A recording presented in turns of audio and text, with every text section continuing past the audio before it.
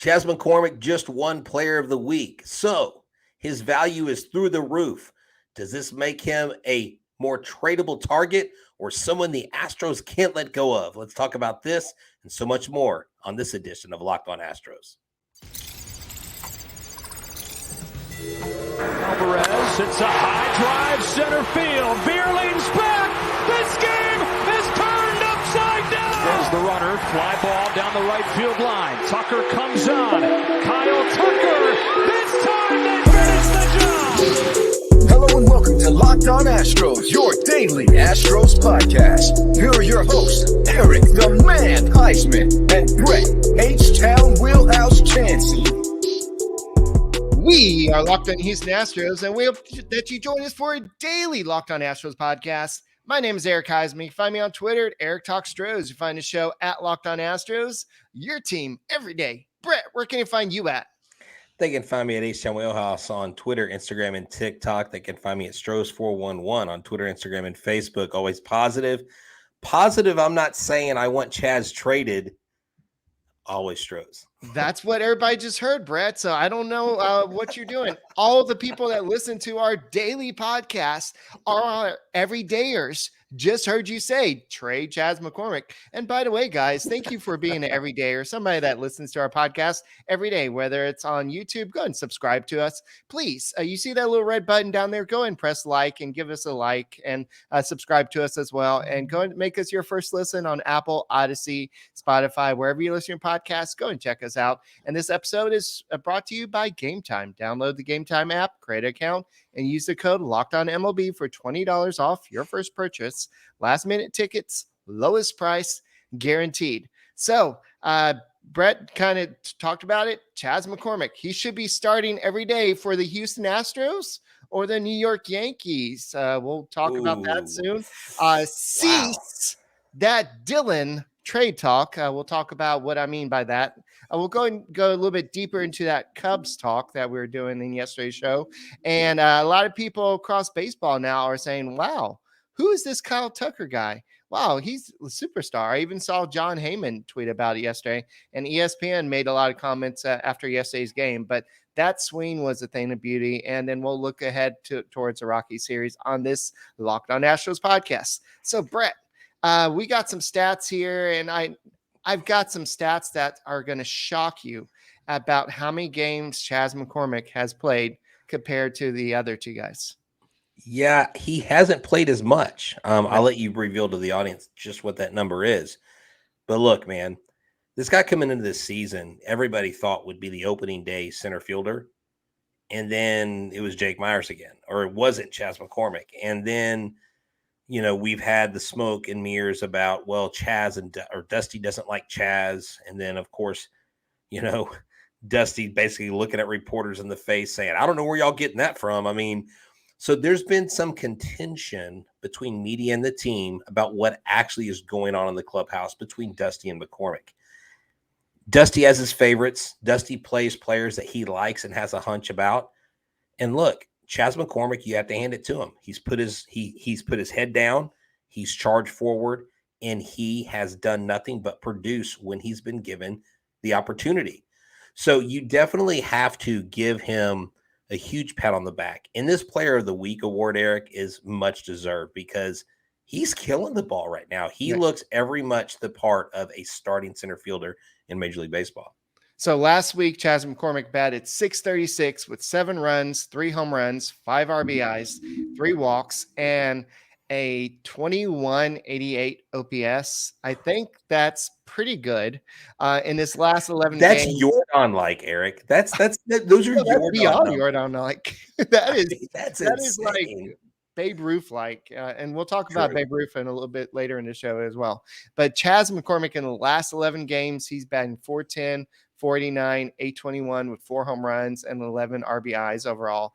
And for the whole season, he's batting .280, .365 with a .522 slugging percentage. He's got 10 doubles, a triple, 11 home runs, 32 RBIs, and 9 stolen bases with a 146 WRC plus. That's in only 54 games. So that's Wow. in 1/3 of the season. So Brett and I did the math before the show. And what are the results if he played the entire season? If he played the entire season, we projected out that he would have 33 home runs, massive, 30 doubles, 3 triples, 96 RBI, almost eclipsing 100, and 27 stolen bases. Eric, that's top 10 center fielder. Right now, he's a top 10 center fielder in Major League Baseball.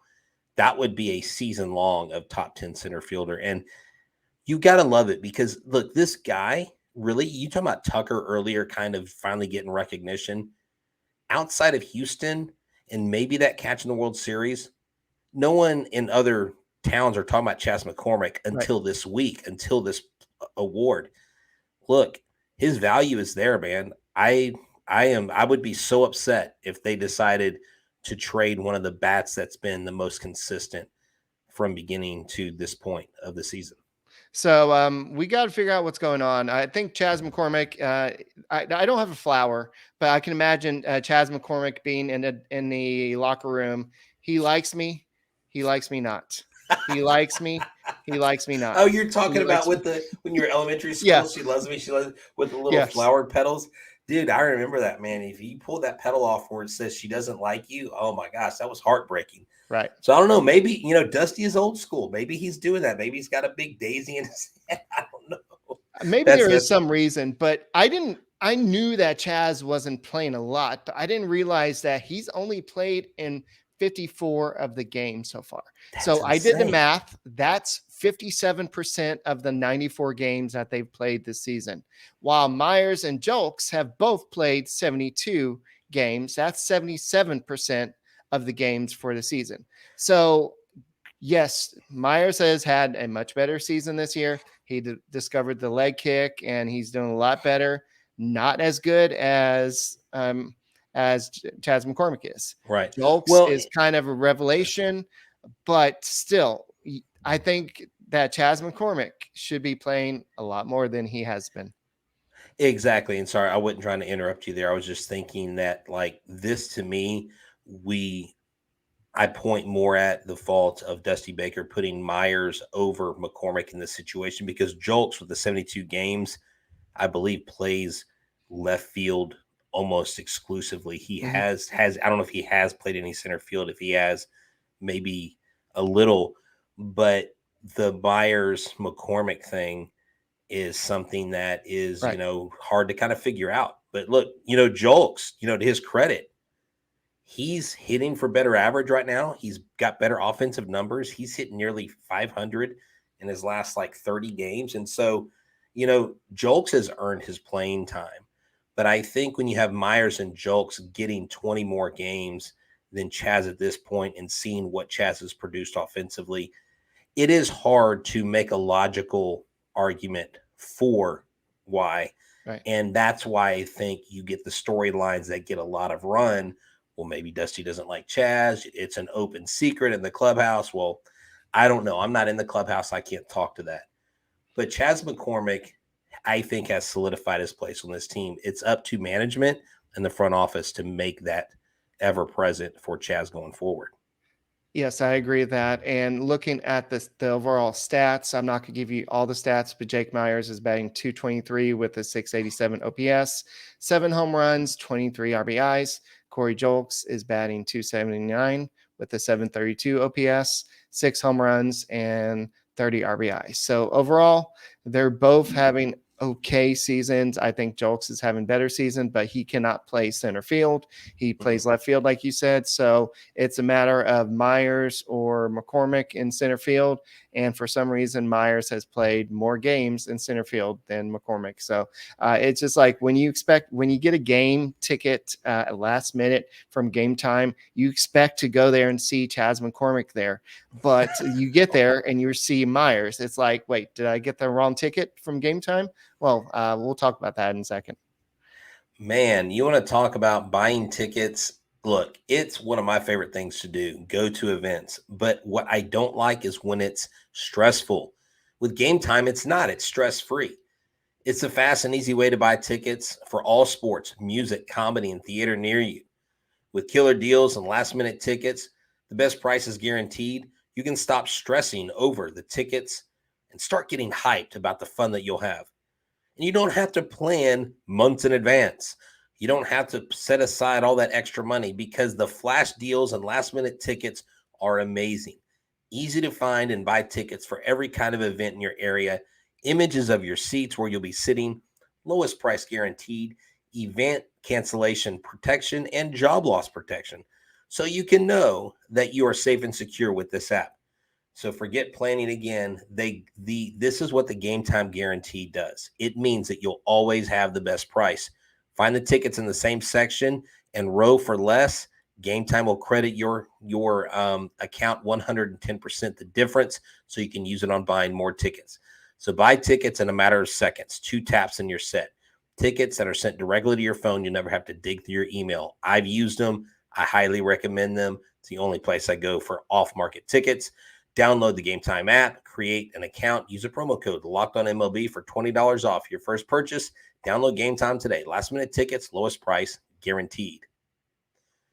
And the Astros play the Rockies Tuesday, 7:40 p.m. Central Standard Time.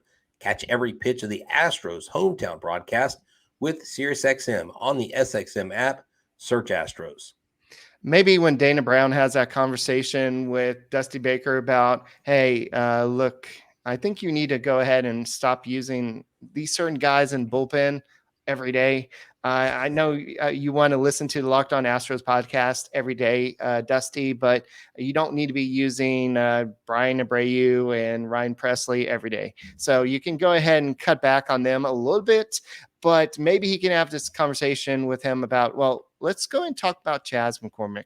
Let's go and play him a little bit more, and we'll see what happens. But let's go and transition from Chas McCormick to what the Astros are going to do at the trade deadline. And I know yesterday we talked about the Cubs deal, and I do, before we kind of go back to that Cubs not proposed deal, but that the Astros were, I guess, kicking the tires on Marcus Stroman and Cody Bellinger. Let's go and talk about somebody that's not available. And the White Sox have recently come out, according to John Heyman, and said that certain players are not available. And one of those players is Dylan Cease, which is something that I'm not surprised on. Yeah. The other one are Eloy Jimenez, Luis Robert, and Andrew Vaughn. So those are the players that the White Sox are like, look, we know that we suck right now. We know that we're not good, but we also know that these are the players that we want to build this organization around. And so we want to keep them around.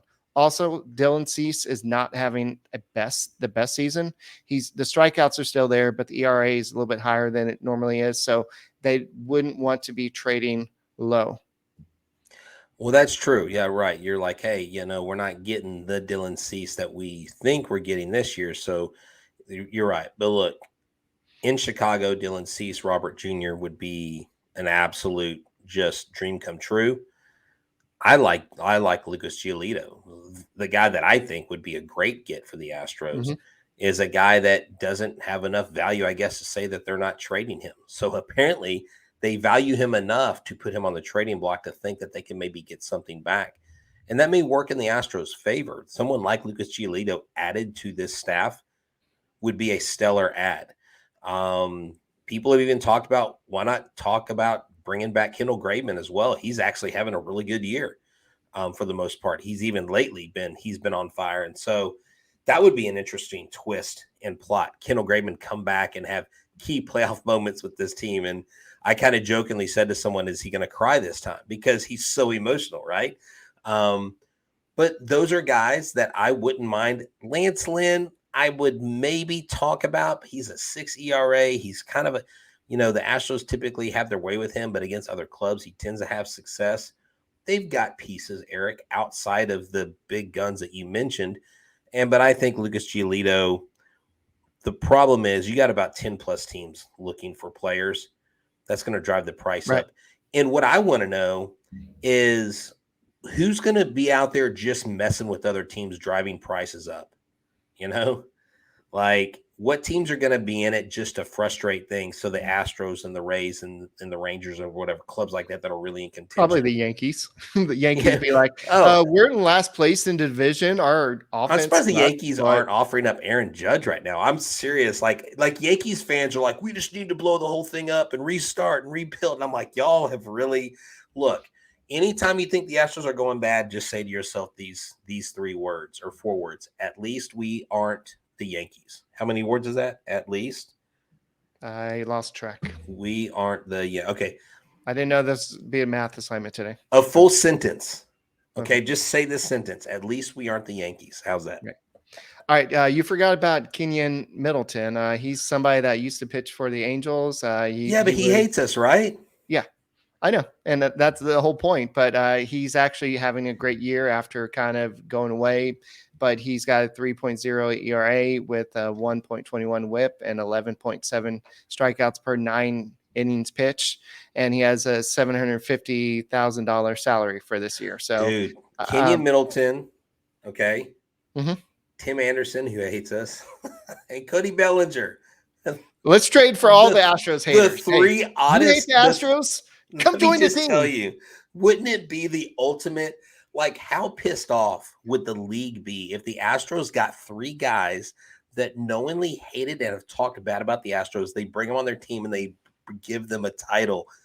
I just look. I know Bellinger won with the Dodgers, but we all know that's a 62-game season or whatever, 60-game season. That I would just love that plot twist. Like, I don't think that's going to happen. I'm not being serious here, but that would be freaking hilarious, man. Right. All right. John Heyman also said that the Cardinals will definitely be sellers at the trade deadline. This is something I talked about on an earlier show, but it's not going to be somebody where they're probably going to trade Nolan Arenado. Don't expect that type of trade. Probably not a Paul Goldschmidt as well. It's going to take a big haul to do something like that. And that's not something that the Cardinals are willing to do at this time. So, but he said that expect that at least 2 pitchers are already gone. So they're basically gone. So Jack Flaherty is a name that you can see go. Jordan Hicks, their closer, could be gone. And the name that I'm very intrigued by is Jordan Montgomery. He's a guy that the Astros have faced in the playoffs when he was with the Yankees, but he's having a great year. And I think that he would be a good fit for the Astros, left-handed starter, and it'll give you another left-hander compared to Framber Valdez. And so I think the left-handed pitcher in Jordan Montgomery, Eric, I like that call because as I look through this list that you sent me before the show, a lot of these guys are right-handed pitching options, and you definitely would like to have another lefty in there.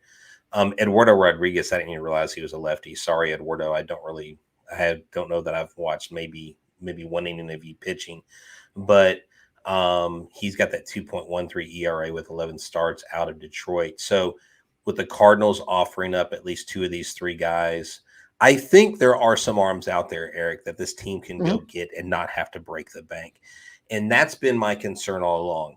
Like, who are you going after? And if you go after them, what is the cost? And is the cost something that's going to hurt you down the road? And at that cost, where is that person's contract? Is it a rental? Are they here for a couple of years?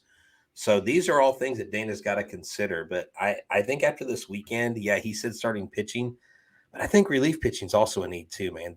These guys are taxed. We've got 4 of the most used bullpen arms in all of Major League Baseball. And you talked about it on last night's show. We've got to give these guys some auxiliary rest or something. Yeah, or else their arms going to fall off. And if you're going to ask me what are the Astros going to do at the trade deadline, I'm going to say their top priority, like Dana Brown said, is a starter. But I think they're also going to probably get another bullpen arm because you can't go into the playoffs with, no offense, Seth Martinez. But I just don't see them going in with Seth Martinez, and there's not any viable options really in the bullpen. And Kubel, whatever his name is, I don't even remember when he joined the roster. No, I do. It was actually a couple weeks ago, but dude, he was touching 95. Yeah. I mean, he's a big body, high velocity pitcher. And if you can catch lightning in a bottle with that guy, of course, we were all joking on Twitter. Did they get this guy to the stands? You know, was this guy's travel team in town and they pulled him off the, hey, coach, can you pitch? Because he just kind of looked like an average guy, but he actually threw pretty dang well out there on the mound. And so that's what you want. You need guys to come in. And I know Strom's not here, but that's what we forget. We forget that even with Strom not here, we still have a great setup, developing pitchers, getting pitchers to maximize where they are. Will Smith, we kind of helped him out a little bit. So the proof's in the pudding, guys. Just have faith in that. Yes. So in a second, we'll go deeper into that Marcus Stroman and Cody Bellinger idea. We'll look at some possible trade scenarios that I think you worked out or something. And then we'll talk about the Kyle Tucker. Are the Astros going to be kicking themselves for not extending him because he's becoming a superstar in front of our eyes? And then we'll take a brief look at the Rocky series. But this episode is brought to you by Hooters. Yeah, do you and your buddies need a place to hang out and watch the Astros continue to dominate the competition, or waiting to see who they get at the trade deadline to storm into September and October? Well, I need you to check out your local Hooters, whether you're in Sugar Land, Pearland, Galveston, Stafford, anywhere in between, Katy, Humble. I mean, it doesn't matter what side of town you're on. Every day of every week, they have specials. Monday, you have buy one, get one wings. Tuesday, $9.99 burger and fries.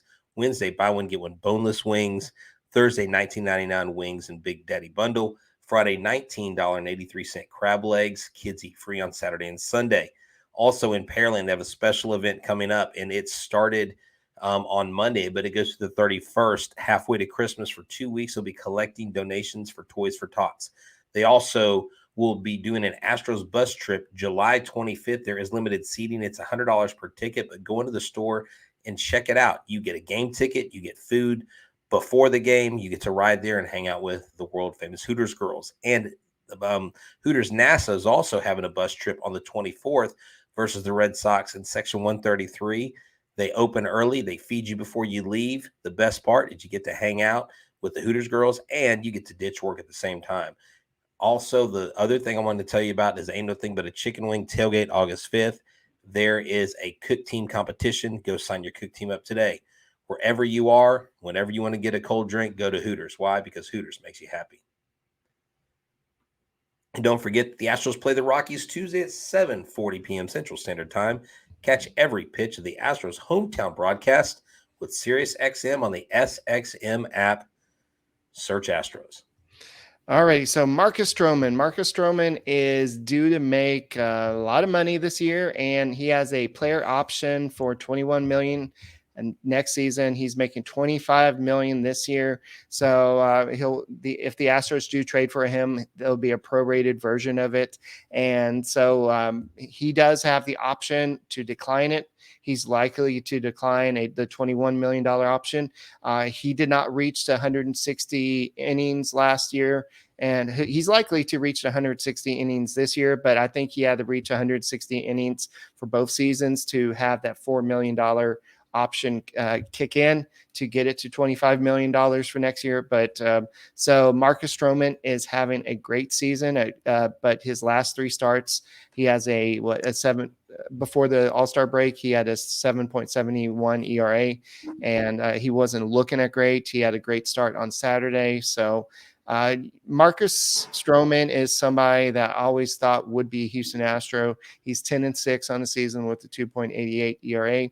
He has 101 strikeouts with a 1.08 WHIP. Look, I think if Marcus Stroman can come in here and we don't have to give up the farm. I mean, someone just mentioned to me on Twitter, they're like, we should trade McCormick for Bellinger, which doesn't make any sense. It's like you're trading the same position player for, like, no, let's not do that. Look, Marcus Stroman makes sense to me just because I don't think his value is maybe where it could be. If you're able to bring him in, win a World Series title with him, Eric, and he's got a player option, maybe you're able to renegotiate for a little bit less per year for the next 2 or 3 years. You get another veteran in there, because we've all talked about, the the amount of innings that Hunter Brown's having to pitch this year, maybe having more veterans with not really knowing when Eric Getty's going to come up, what's going to happen, because you don't get Luis Garcia until next year. I mean, what are they going to do there? I mean, they can even go after Ian Happ, which probably has a little bit less value than Bellinger right now. They even have Kyle Hendricks, I believe, with the Cubs, is another pitcher. So look, he had a shortened season because of injury, but he's been pitching pretty well since he's come back.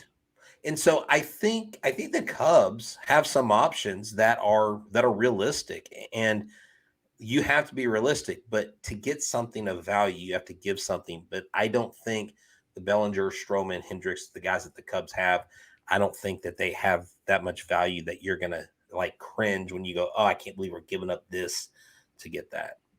I'll disagree with you because I think that if you look at what Marcus Stroman offers, he's leading the league in fewest home runs per 9 innings pitched. Okay. He's at 0.5 per 9 innings pitched. He's not a fly ball pitcher. He's more of a ground ball pitcher. Exactly what the Astros tend to like. I think he's the perfect target for them. And he's also leading the league in starts this year with 20. So I think that he's gonna have a big market. A lot of people are gonna go out there thinking, well, we can go and use that player option, the 21 million. We can go and maybe make it a little bit bigger and try to extend him out a little bit, something like that. So I think Marcus Stroman is gonna have a big market out there, and you will have to. It will hurt. And let's move on to Cody Bellinger. He's having a good season. He's making $12.5 million this year. Sorry, $17.5 million with a $12.5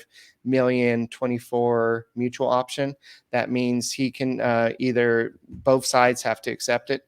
Right. So, or if the team declines it, then they have to do a $5 million buyout.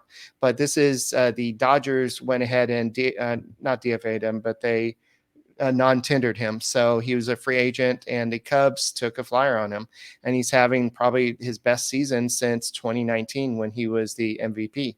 I know that's the Bellinger that I've been kind of waiting to see. I mean, not that I'm a Cody Bellinger fan, but the guy's a former MVP, and you don't luck into the MVP, Eric. I mean, you win it legitimately over 162 games. So yeah, maybe he needed a change of scenery, and it would be just a twist of fate for him to come to Houston and win a World Series with the Astros. It would be quite the circus out there. I think LA Dodgers fans might lose their minds.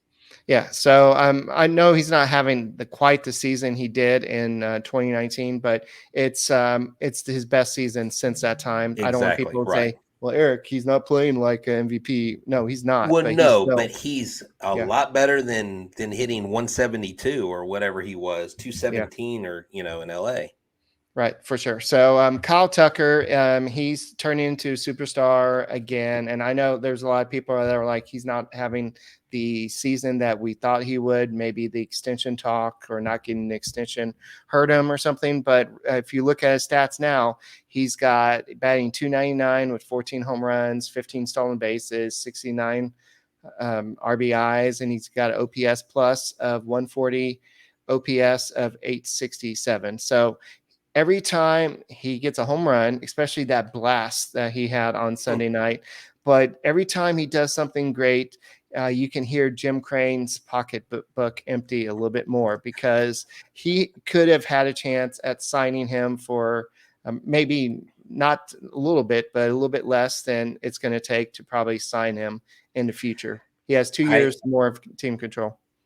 Yeah, and I understand it to be pretty much a situation where I would bet money that he didn't sign because there wasn't a GM, and I can bet money that there was some consideration to sign an extension, but because they didn't have a GM, that probably frustrated things quite a bit. Yeah. And so, and look, I'm not convinced that Kyle Tucker wants 10 years.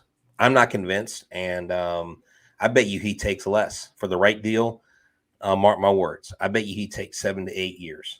For less money than what a lot of people think. A 7-year guy would be, I think, plenty reasonable for him, and he needs to stay an Astro. He needs to stay. Framber needs to stay. If those two guys go, I'm sorry. That's at some point we got to keep somebody. It can't just be Altuve. It can't just be Altuve and Braving. It's got to be guys like Tucker and Framber. Those are your guys I think you keep around. Yeah, for sure. And I'm trying to look up ESPN right now to see who the pitcher is for tomorrow's game because they don't have it right now. It just has Hunter Brown and it says to be determined. There is a shadow on MLB.com. So, and I was going to look on Yahoo to see if they had it. Still undecided. So they don't really know who's going to pitch for the Rockies yet. So, well, they are coming off a walk-off win against the Yankees, and they did something where they hit a grand slam to go ahead. Then they tied it with a home run, and they did a walk-off with the home run. The home run order and the home runs they hit against the Yankees had never been done in a single game before. So the Rockies are coming off a little bit of a high, little Rocky Mountain high, no pun intended, there in Denver. So hopefully the Astros can burn them out. Yeah, I haven't checked FanDuel, but I'm pretty sure FanDuel has the Astros as favorites in this game because the Astros are a pretty good team. The Rockies are not quite that good a team, but you still don't have Alvarez. You still don't have Altuve in the lineup. As we talked about, Altuve is going with the Astros to Colorado, but he will not be playing with. He will not be starting his rehab assignment yet. So, but Hunter Brown has got to turn things around. He's 6-6 with a 4.12 ERA, 1.33 WHIP. He has 111 strikeouts in 94 innings. That shows some positive side. So he does have some strikeout ability, but he is allowing way too many hits, about a hit per inning. And that's not good. Also, the 33 walks is not terrible compared to strikeouts. That's about maybe 35% walk rate. So it's not terrible, but it's still a little high. So he allows way too many runners to reach base. So he just needs to do a little bit better. Look, man, I think this little 2-game set, I think the Astros are going to be fine. I think Chas McCormick's going to hit some more home runs in Coors Field. I mean, it's going to be nice. It would sure be nice to have Yordan Alvarez in this series. Gosh, I'm going to miss watching him hit home runs at Coors Field. Yeah. And in game 2, it's going to be Brandon Bielak versus Austin Cromber, I believe Gomber. Sorry. Gomber is 8-7 with the 6.19 ERA, and Bielak is 4-5 with the 3.79 ERA. And if you're looking who's had some success against Gomber, it's Mauricio Dubon batting .500 and 4 at-bats with a homer and 3 RBIs. So Doobie's going to hit a home run, right? There you go. Yeah. Hey, anybody can hit a home run here. So, let's just see. Yeah. So, guys, that's all we got for this edition of the Locked On Astros podcast. We'll be back tomorrow after tomorrow's game. Hopefully the Astros are able to continue their offense going because despite everything that happened, it was a great offensive series. There was 55 runs scored between both sides in that series or something crazy like that. So thank you for subscribing to us on YouTube. Make us your first listen. Go ahead and listen to us on Apple, Odyssey, Spotify, wherever you check out your podcast. Check out the Locked On Astros podcast. My name is Eric Huysman. He is Brett Chancey, and we are the Locked On Astros podcast. And go Scripps. Give me Giolito and leave Chaz alone. He's staying in Houston. Playing more Dusty.